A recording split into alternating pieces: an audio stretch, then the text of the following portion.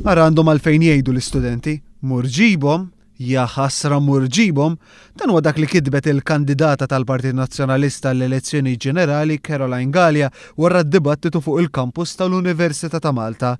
Gallia attakkat lill istudenti u għajrithom ħasra wara li l-maġġoranza tagħhom ċaċpu u approvaw l-interventi tal-mexxej Laburista.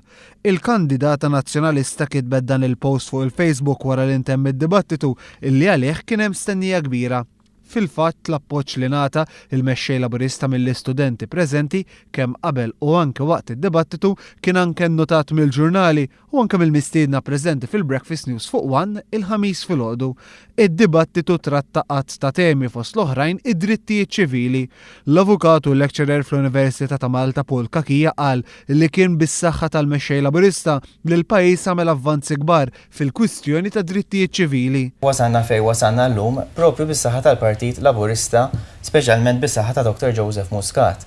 Din l-ixxu ta' drittijiet ċivili daħlet on the political agenda u llum tista' tgħid li hemm konsensus dwarha propju ħabba l-istent kuraġuż ħafna li kien Dr. Joseph Muscat illi kien mill-ewwel wera l-appoġġ tiegħu fuq din il-kwistjoni. Carmen Sammut, opinjonista u lecturer fl-Università ta' Malta, qalet li Joseph Muscat għal kontrarju ta' Lorenz Gonzi fl-interventi tiegħu rrifletta ħsibijiet taż-żgħażagħ fosthom fuq il-kwistjoni tal-polarizzazzjoni. Laqatni wkoll il-bira illi iż-żewġ mexxejja l-aktar żgħażagħ dawk li qegħdin in their 30s biex ngħidu hekk, għamlu enfasi fuq l-issue tal-polarizzazzjoni, pruvaw jindirizzaw speċjalment fl-eluq tad-diskors tagħhom xi ħaġa li naħseb li qiegħda ddejjaq ħafna lill-ġenerazzjoni żagħżugħa.